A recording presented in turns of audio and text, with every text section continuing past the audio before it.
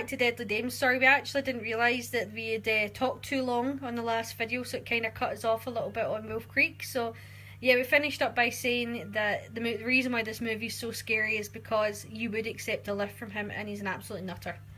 So we're moving on to Texas Chainsaw Massacre, which Claire's just said they were very wise in how they picked a name, because it wouldn't work if it was Texas Blender Massacre or Texas Hammer Massacre. It looks as if she's written Texas Chan Massacre.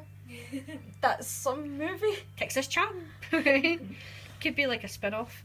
But yeah, Texas Chainsaw Massacre is based on real life again, similar to Psycho. It's the same person, Ed Gein, so clearly it can happen. And I always thought that Leatherface was scary. It was the fact that he was kind of so big and silent in the way that he did things, apart from when he turned his chainsaw on. And it was the fact that he peeled your face off and wore it. Wore it. Like English, right? I'm Scottish, come on. Oh, you blew you put it away, put it back. So yeah, then we'll move on to The Loved Ones. Now The Loved Ones, which Claire has love number 1, but it is The Loved Ones. It's a movie that really should get more love. Sorry, hold on, I've got a cat that's trying to come in and be part of the video. It's an Australian film about a girl who's basically a daddy's girl, and daddy gives her whatever she wants, even if that includes kidnapping guys that she wants as boyfriends.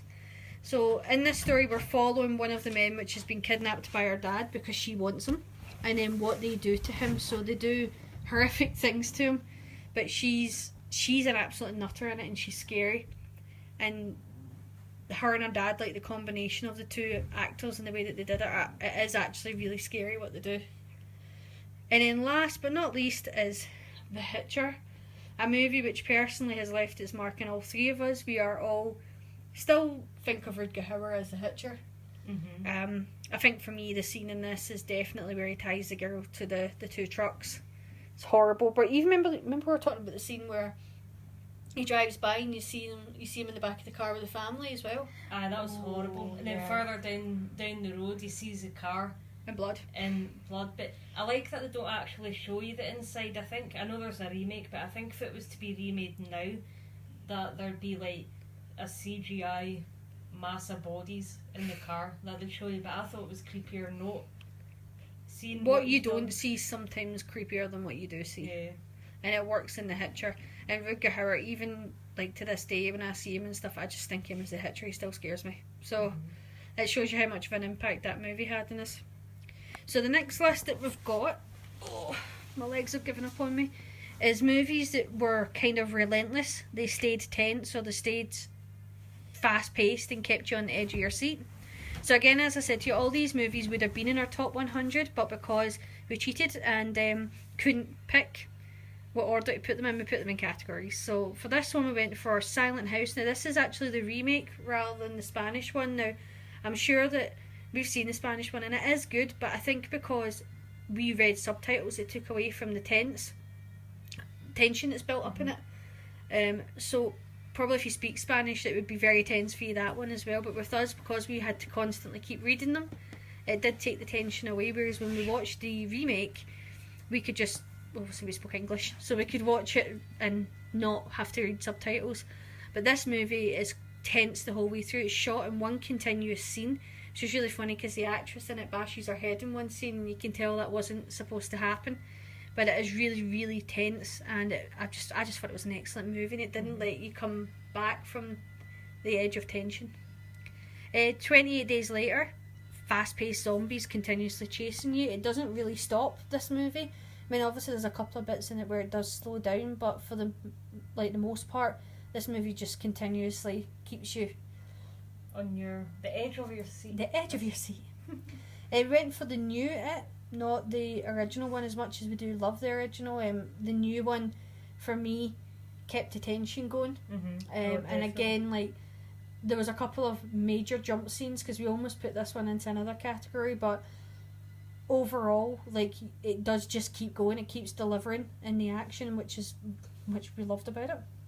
Train to Busan, although Claire's just wrote Train Busan. Train to Busan. Again, like, this movie, just the characters in it do not get respite. Like, they continuously are just having to be fighting zombies. And what I really liked is I kind of got fed up with the zombie thing. Though I love zombie movies, I kind of thought, okay, they'll let it dry. I don't imagine any really standout zombie movies coming out. And then I saw that and I was like, oh my god, they've not let it dry. That is such a good movie. And I've still to watch the I think prequel that you gave me as Prequel's well. not as good, No. but Train to Busan was excellent. It blew me away. I was like, wow, this is good. Yeah. The Descent. So yes, the beginning to The Descent is slow, but as soon as you get that mega jump scare, which to this day it gets me every bloody time, even though I know it's coming, with the camera seen in behind her shoulder, it doesn't stop from there. It is just bloody carnage of everybody dying from there on in. I think the slow pace at the beginning was important though, so that there was some sort of character build up. If there's none of that, it would just be a gore fest with no real meaning. But I think the fact that you got to know the characters a bit better was a big part of why it was so scary. Like when you think of the things that well, I suppose it's not really a spoiler if I say it, 'cause the film's been out for so long, but remember when one of the lassies accidentally kills the other, but then further down the line one of the other girls thinks that she did it on purpose, which I thought was quite creepy. So not only are you contending with the things that are living in the caves, but they're also not completely trusting each other. Yeah, I thought that was great, and I think what was really good in Descent as well is that they put sisters in there, and well, obviously Alison's my sister, and I would throw her in front of me in that circumstance. I'm not your sister. I would throw you in front of me, and I'm only kidding, but No. when you're in a situation and you have got like a sibling in there, naturally you're going to try and protect them. Try to think of throwing me in the place. I We both know that she would. She's cannon fodder. but it is good like having that dynamic in there, because they're obviously they kind of go off together and leave everybody else to try and save each other. Dawn of the Dead remake rather than the original, because this has got fast zombies in it. I actually prefer, and again I'm going to commit movie crime here by saying that I prefer the remake to the original.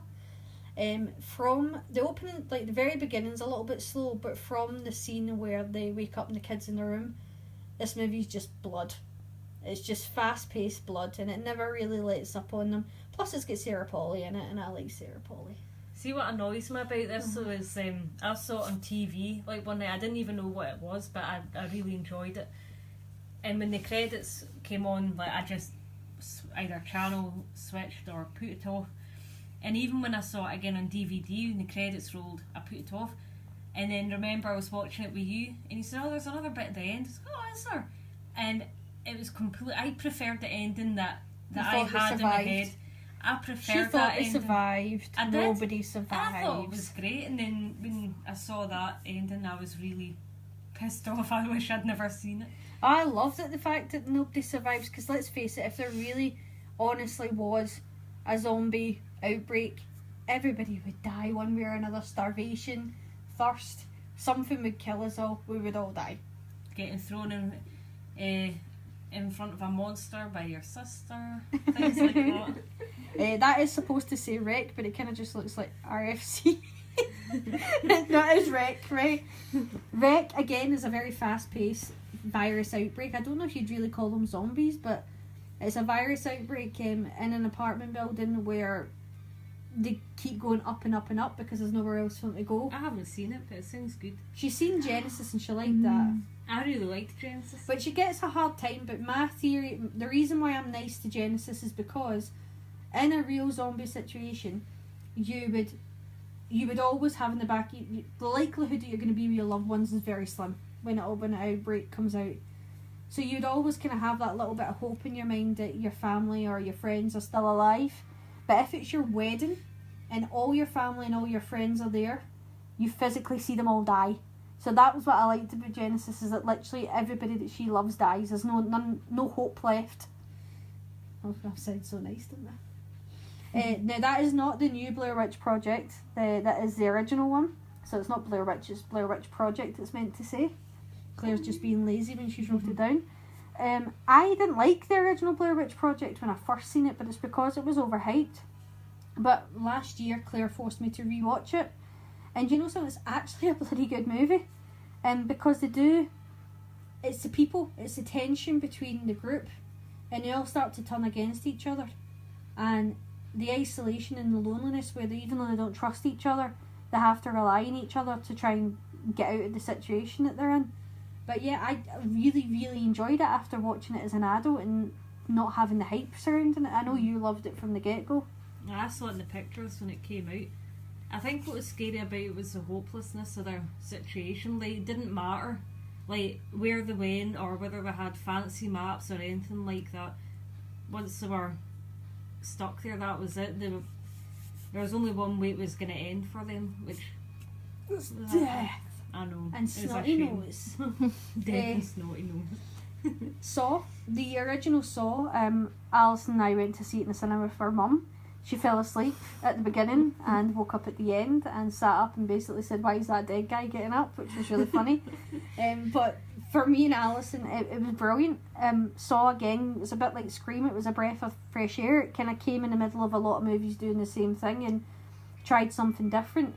And as much as it's been done to death now with the amount of not so good sequels where basically you just watch it to see people die, how are they going to kill them? Let's see how they do it this time. Yeah. But in the original Saw, it was a really fresh idea, and nobody's seen the twist at the end coming in the original Saw, and it was relentless. Like, it kept you going the whole way through, right up to the actual sawing sequence. And Mum sits up and says, "Who's that dead guy? Why is he alive?" It was really funny. She was always like that though. When we went to the cinema, fell asleep, woke up at the end, shouted something.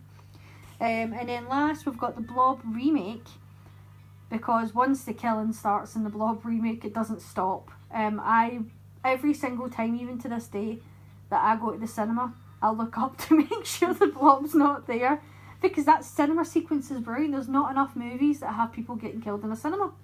And the Blob does it perfectly, but the death scenes in the Blob are gross as hell. That would be a good next video to do. Top 10 cinema deaths. There's not a lot. Scream 2. Final Destination, either 4 or 5. For the final. I was going to say, do you remember when you were really young, you wrote a second Yes, part of Claire's the read it, the Blob 2. Hey, my Blob 2 was good. They kill it with fire extinguishers, loads of them. They pile them all up and blow the Blob up. I can't remember the you'll need to show me it again. It's just called the Blob 2. Okay, so the next one was, and again, as we said, these would all still be on our horror list. We just kind of picked the order, but we did, for this one, we did our 10 scenes. Like, so all these movies have like a particular scene in that make us go, wow, or ew, or ugh. So starting off, we've got The Omen. I think you know the scene. The Omen's a classic movie. The scene is the head chopping scene. In fact, there's probably 2 scenes in The Omen. The "It's all for you, Damien" scene with the babysitter. Oh, aye, that was horrible. Or the nanny, should I say. And then the scene where, I can't remember the actor's name right now, it's going right in my head. Okay, he's also in Time Bandits, but he's... Was someone a film recently? He's in Beastmaster 3. His name will come Is back it to me. David something? David Warner. That's it. Where his head gets chopped off. That scene always freaked me out. The Burning. So the scene in The Burning is the raft scene for me, where all the kids think they're getting away, and then he pings out the boat that they see and he starts chopping like a whole load of kids on the raft to bits. And then The Ring, so this is the original Ring, it's not it's the original Ring, it's not the remake, but I think for everybody that's seen the movie, the original movie of The Ring, it's her coming at the TV screen. Oh, definitely. Couldn't do that now because of flat screen TVs, but that'd be still cool. Can you imagine a flat oh, screen? well, I've never seen Rings, the new one. I think she comes at flat screen in that, but there's something special about her coming out of an old style TV in the original Ring. Right, we're going to end here and come back in part 4. We will try and speed this up, but it's 100 movies, come on.